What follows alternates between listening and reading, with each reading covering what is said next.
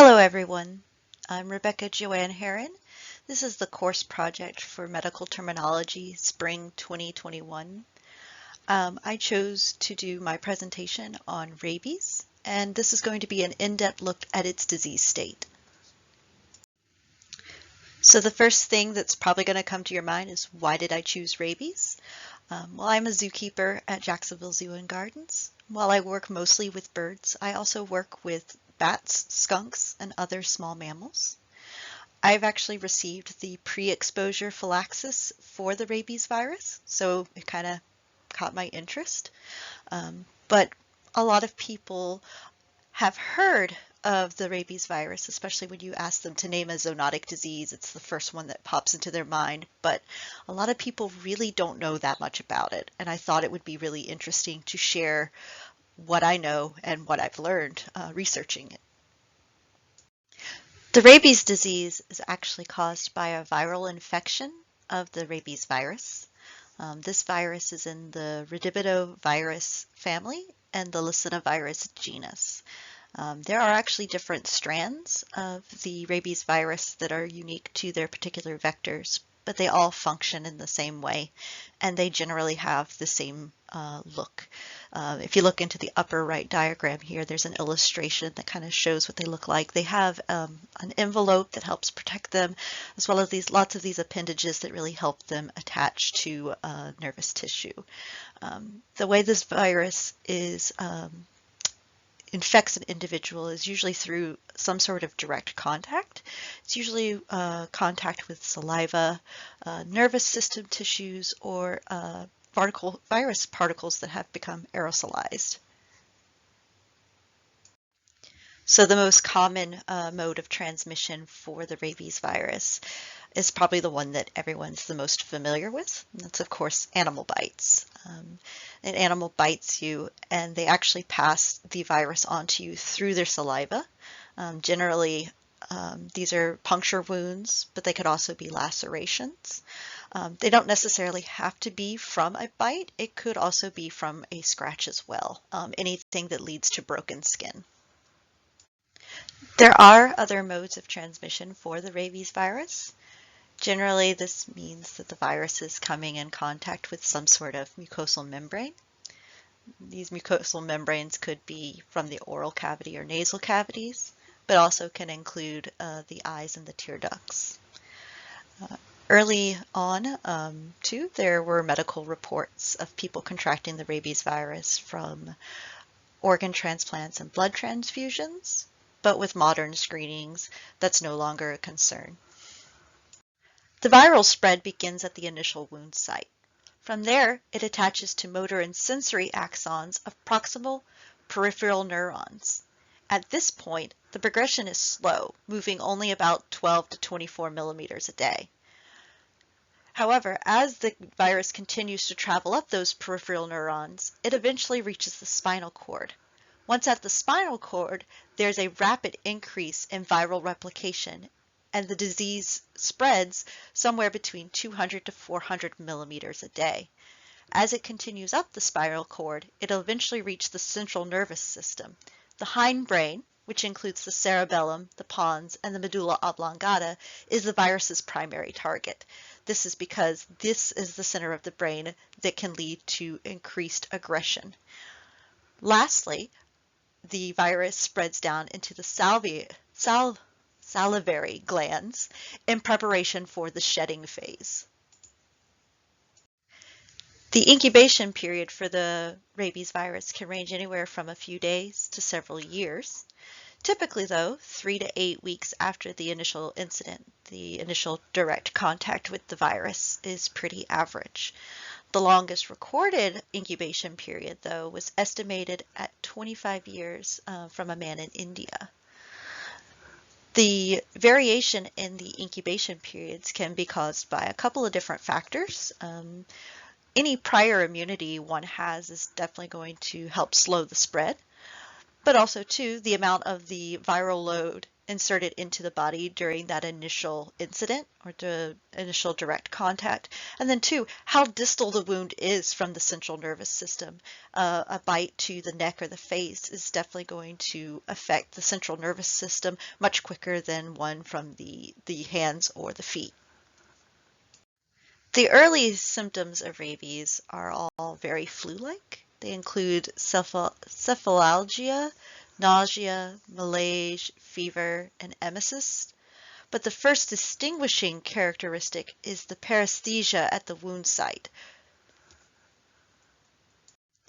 At this point, the symptoms of rabies split off into two distinct forms, paralytic rabies and furious rabies. Paralytic rabies is a more slow progressing, more gradual approach. The patient begins having muscle paralysis that starts at the initial wound site and slowly travels up its way to the central nervous system. This eventually results in the patient slipping into a coma.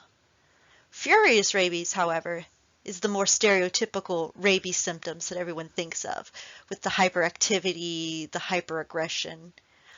In later stages, it can also lead to aquaphobia or aerophobia. This type normally results in cardiorespiratory arrest, but could also result in a coma.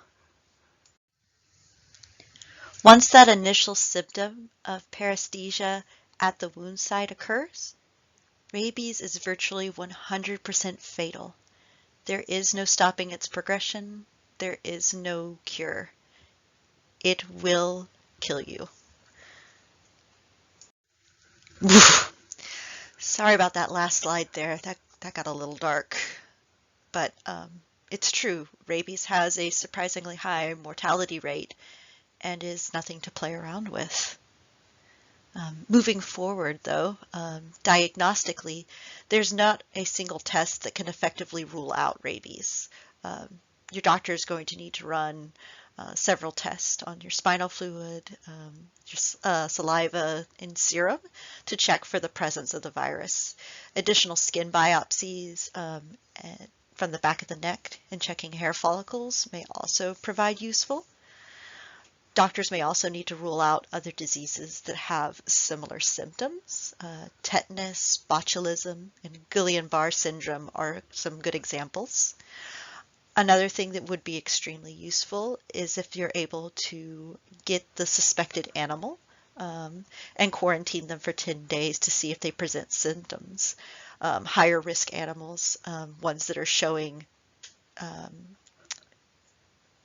symptoms of rabies, may also be euthanized and their neural tissues examined to confirm whether rabies was passed or not.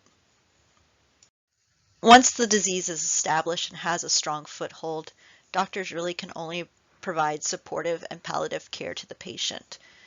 Antiviral treatments have been extensively researched, but ultimately nothing's been found effective against the rabies virus. Back in 2004, though, there was a glimmer of hope with the Milwaukee Protocol. Doctors in Milwaukee were able to save the life of a 15-year-old female who contracted rabies. They did this by putting her into a medically induced coma with several aggressive rounds of antiviral treatments. The idea behind the protocol is by putting her in the coma, this would allow her body more time to develop antibodies and fight and combat the rabies virus. It ultimately worked in her case, but it has been tried 26 other times with no success. The World Health Organization estimates somewhere around 59,000 people die annually from rabies.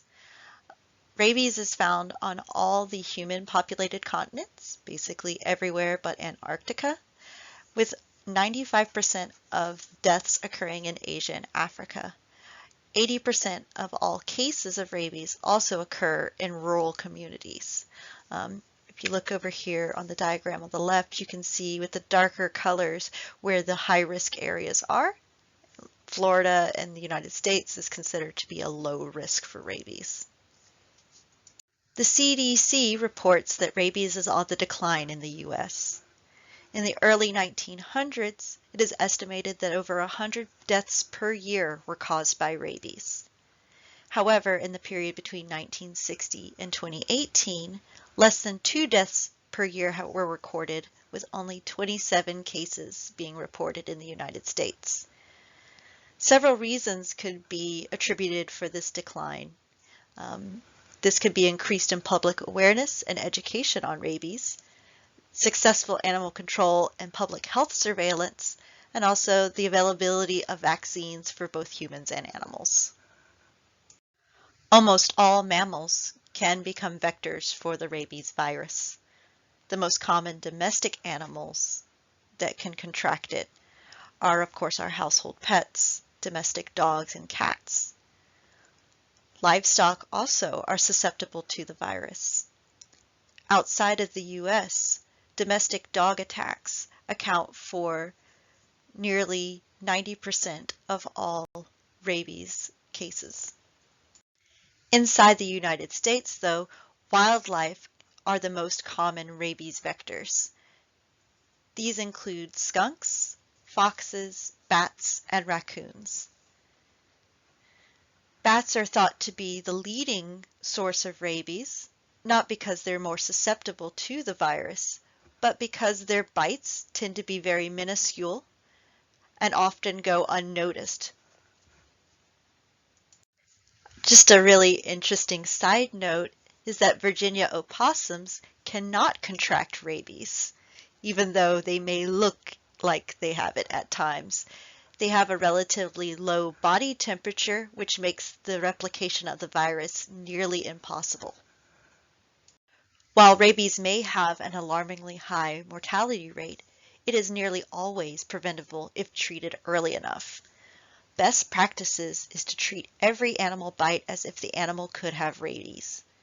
The wound should be cleaned immediately with warm water and soap for a minimum of 10 minutes. The rabies virus is not hardy and it's easily destroyed by detergents and UV light. Also, consult a doctor or healthcare provider as soon as possible. The doctor may want you to come in so he can further debride or remove the foreign objects from the wound, such as a piece of tooth or nail that may have become lodged in. The doctor may also use antiseptics such as betadine to more thoroughly clean the wound and prevent infection. In addition to cleansing the wound, you may also receive a vaccine for rabies. There are 2 types of vaccinations available, both a pre- and a post-exposure prophylaxis. The post-exposure prophylaxis is what you will receive if you have no prior immunization. It's a series of 4 intramuscular injections given into the bicep on the initial day of the bite, and then 3, 7, and 14 days later. The initial day will also include an injection of the rabies immunoglobulin to the wound site. They will try to inject the immunoglobulin into the wound, under the wound, and surrounding the wound to prevent infection. The pre-exposure prophylaxis are for people that may come in direct contact with rabies more frequently, such as veterinarians or animal control personnel. It's a series of 3 intramuscular injections in the bicep on day 0, 7, and either 21 or 28 days later. It is recommended to have your titers checked for your antibody levels every 2 years for normal, or 6 months for very high risk of contracting rabies. Even with the pre-exposure prophylaxis, medical attention is needed if there is a bite.